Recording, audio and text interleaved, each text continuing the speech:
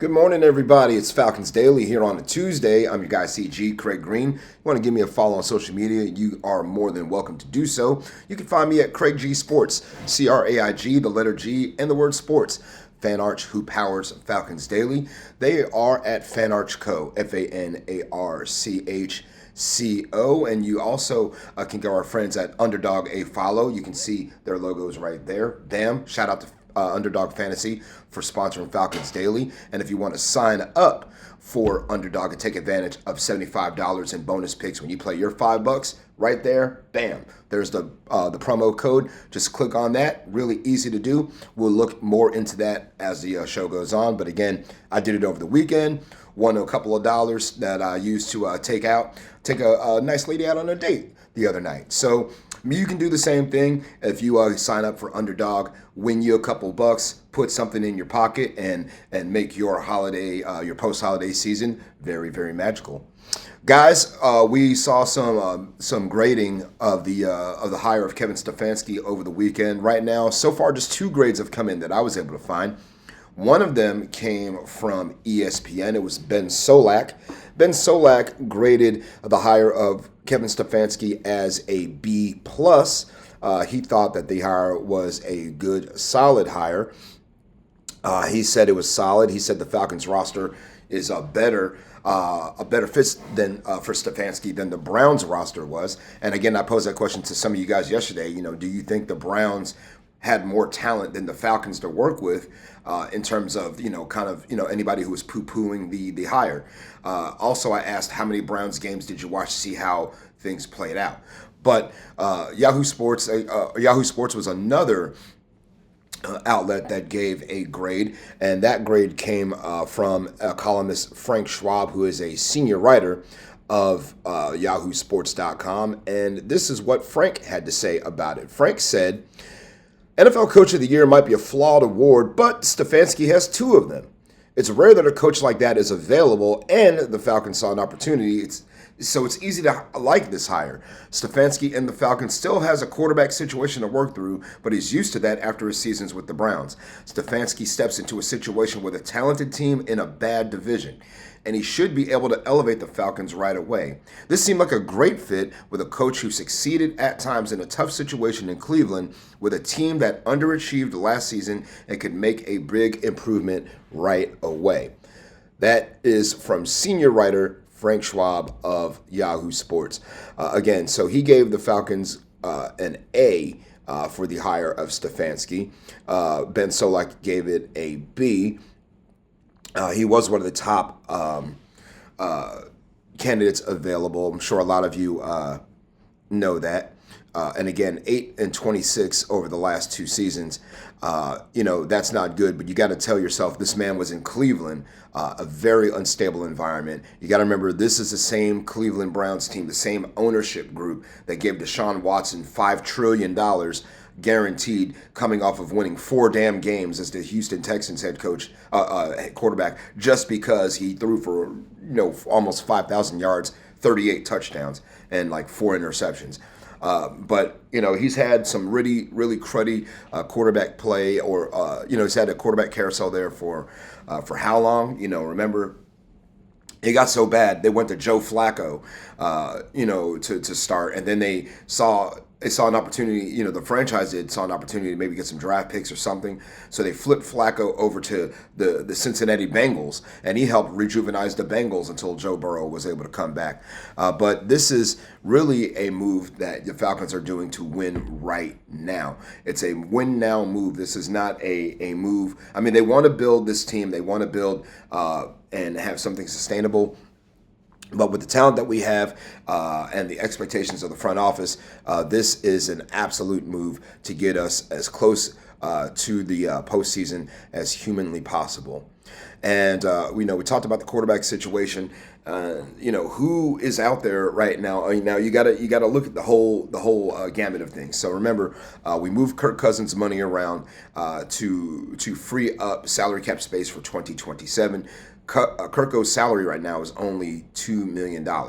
If we cut him before March 13th, when the new league year starts. We're going to save north of $20 million in cap space. That seems like the move to do. If you don't, you're on the hook to paying him a lot more money. So that's the caveat in this whole situation.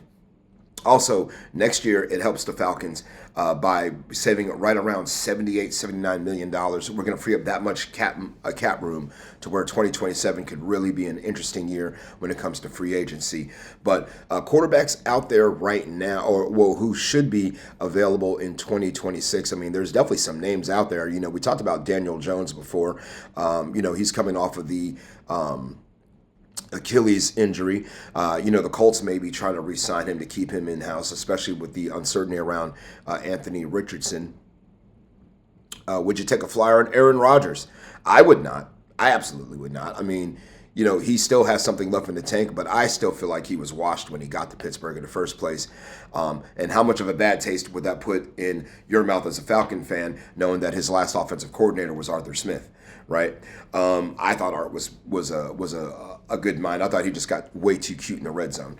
That was my big thing about Art. But outside of that, some bridge quarterbacks available. Mitchell Trubisky, even Tyrod Taylor could be another name out there. Joe Flacco is expected to be on the open market right now. Would you take a flyer on Joe Flacco to play until Penix was ready to go? Or, how about some younger quarterbacks out there? I mean, Zach Wilson is expected to be part of the free agent group right now. Maybe a reclamation project or whatever.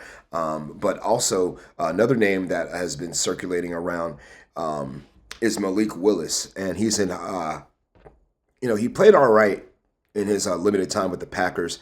Again, another person expected maybe to be a free agent coming up in 2026.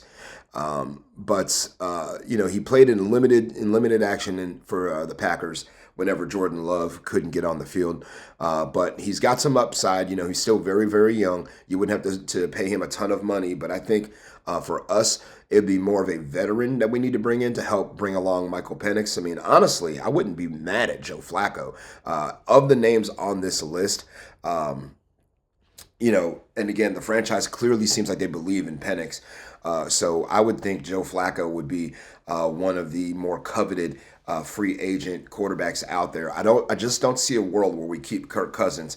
I don't see him saying, well, you know what, forget about that contract I signed and the money you owe me. We'll just sign a brand new contract. You can just pay me a whole lot less money. I don't know if that's the case for Kirk. I think Kirk wants to be a starting quarterback in this league somewhere. So I firmly believe that we're going to release him and bring in another veteran. Hey, Underdog wants to remind all of you that the football playoffs are here. And Underdog is the best place for you to get in on all the gridiron action. If you want to play on Underdog, y'all, it's super duper easy. I mean, really easy. Just pick if your favorite players are going to go higher or lower on stats like touchdowns, rushing yards, receptions, and even more.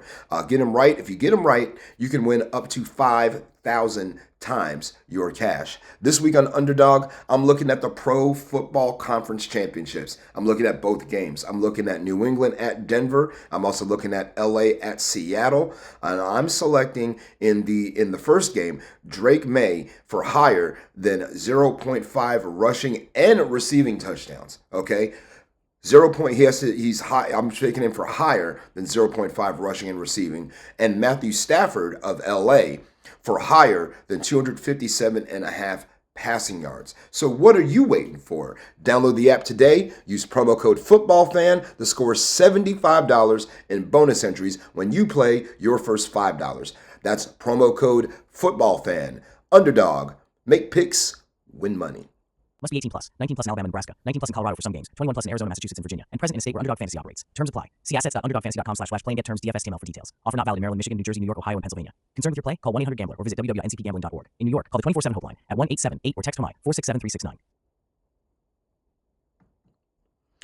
Back here on Falcons Daily, I'm Craig Green, CG, your host. We're going to continue rolling on here with a couple more topics. The first of which is looking at the staff for Kevin Stefanski. Who are some names that we could see filling out his staff? One name we know that is on his way out the door and will not be retained is offensive line coach Dwayne Ledford. He will be a free agent. Saw a tweet from Matthew Bergeron regarding that, which basically just said SMH. But Ledford has done a really good job for the Falcons over the last few seasons, holdover from the Arthur Smith staff. And I believe that he will draw a lot of interest out there in the open coaching market, maybe even as an offensive coordinator, possibly as well. Also, names that you may have seen that could end up joining the Falcons staff. Tommy Rees was Stefanski's offensive coordinator with the Browns last season. He's likely to be the choice again. Rees, I believe, has called plays in the past. Stefanski has been known when things weren't working to give up play calling and see if they can get a spark that way. But I fully expect Stefanski to be the play caller initially. And then if things go south, then he would probably end up giving it up again. Another name that has been rumored has been Bill Callahan to be replacing Dwayne Ledford as the offensive line coach. He just most recently coached the Titans offensive line. He's, again, it's all part of this wide zone scheme. Again, part of the Kubiak-Shanahan tree. We've been continuously running it since 2015. With Shanahan himself in the building. It's continued on. Steve Sarkisian after that. And then, down the line when Arthur Smith came in, he still ran it as well. And then we even ran it last year, again, under Zach Robinson. So it's an offense that has worked for the Falcons. And really, it won't be, we won't have to reinvent the wheel. We can almost, feels like we can just try and hit the ground running, maybe some new terminology here and there, but hopefully we can get, just get right up and start, walking before we try to crawl. Another name that's been rumored as well, that Nate Ollie is going to stay on as the defensive line coach to stay with the Falcons. The pass rush, 57 sacks last season. It's hard to say, well, we're gonna look in a different direction. But again, we all know Jeff Ulbrich is coming back. It was officially announced yesterday by the team that Jeff Ulbrich will be the defensive coordinator, and it didn't take very long for Coach Stefanski to say, you know what, we're not going to, if it ain't broke, don't fix it. We're going to just go ahead and bring you in and keep you in. And hopefully this will be a really good pairing for the Falcons that can help lead to some more wins. That's what we're all looking for. All right, now let's go to the comments here. Comments from everybody off of yesterday's show. We'll start here. We've got a few, and I want to thank everybody for tuning in. Over 1,100 people tuned in yesterday. Over 50 likes on yesterday's video. So thank you so much for your time and your energy. We're going to start here at the top. Larry Turner 2626. I believe we're getting the Bears assistant general manager. He's talking about Ian Cunningham, and I agree with you. I believe that is going to be the hire. We'll see if it's announced, if and or when. Let's see. And it's a whole bunch of O's, like 7 O's. Nude, I guess. IN4ZR. I don't know. I love Stefanski as a hire. I would have been just as happy with Kubiak or Harbaugh. I would have been happy with Harbaugh also. A lot of us would have been happy with Harbaugh. Clint Kubiak was a popular name and still is a popular name. The matter of the fact of the matter is we cannot hire Clint Kubiak right now until the Seahawks are. We could not have hired him until the Seahawks were eliminated. We could interview him during Seahawks off weeks, but we could not move forward with him in the building until either the Seahawks playoff run ends or they win the Super Bowl or whatever it is, right? So it would have been a good hire, but Harbaugh was supposed to come back to Atlanta for a second interview. The Giants wouldn't let him leave. They made him an offer he couldn't refuse. Maybe the Mara family cooked steaks up like Arthur Blank did for Stefanski. Who knows? But that's what it was. So James Dunn. -Y4L. I don't understand why the Falcons fired Fontenot. I think he did a decent job. Well, the biggest reason why, I can give you a few of them. The overall win-loss record, we have not had a winning season in the 5 years that Terry Fontenot was drafting, scouting, and signing players. Number 2 reason, the quarterback situation was completely effed up from 2021 on. The other thing of it is, way too many swings and misses in the draft, especially lower rounds. So I think that's exactly why he was let go. This draft, particular 2025 draft, I thought he did a really good job. We got multiple starters out of it.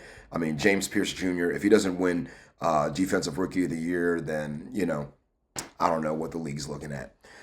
Philip Crawford SL7BP. Will we be better in 2026? If so, what areas? Right now, I would project us to be hopefully better in special teams. It can't get much worse than what we had last season. That's the first and foremost. Secondly, hopefully we get better quarterback play. It was really inconsistent last season. I'm also hoping that we can get more production out of our wide receivers. That way, Bijan Robinson doesn't have to. That way, it's just not Drake and Bijan or Kyle Pitts. If Pitts comes back, that is. So I would love to see more production from wide receivers. I wouldn't be surprised to see maybe some wide receivers from Cleveland maybe start to trickle their way in, or maybe guys who worked with Stefanski in the past. Another name, remember, keep your eyes on KJ Osborne for 2026, just in case he does get on the field. And remember, he was on the Falcons practice squad. A lot of it had to do with the relationship, I think, with Kirk Cousins. Now his former head coach is, or former offensive coordinator is the head coach in Atlanta. So I would, firmly expect a guy like KJ Osborne to at least get a look-see, maybe get a little shot at coming back to Atlanta next season. J. Howell, 1624, last comment. We have to cut Kirk. We will save a lot on cap. We can find a backup for fairly cheap. Heck, maybe go after Willis. Only reason I would say no to Willis right now, and I'm not completely opposed to Willis, but if Michael Penix is our starter, Willis, I don't know if Willis is okay with being a backup. I'm not sure if he wants to be a starter. So I don't know how that would play out when it comes to bringing him in and then Penix is looking like I've got competition, or how that may go. But I think competition is good. Raheem talked about competition at all spots. I think ultimately, if we just would have played Kirk in the beginning, we may have made the playoffs. Who knows? But it's just so hard to say, so many variables. But, if we're looking at Penix as the guy, then I think that Joe Flacco would be a perfect backup for him. He knows what his role is going to be, which is to come in and play when needed, and also to mentor the young quarterback. But just imagine having Joe Flacco and Matt Ryan in your ear if you are Michael Penix Jr. I like that idea a hell of a lot.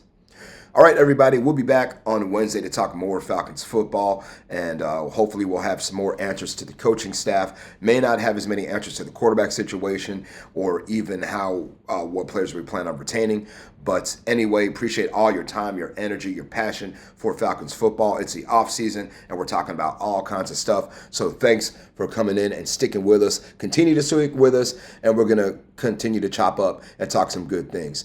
See all of you guys tomorrow. Sayonara and buenos noches.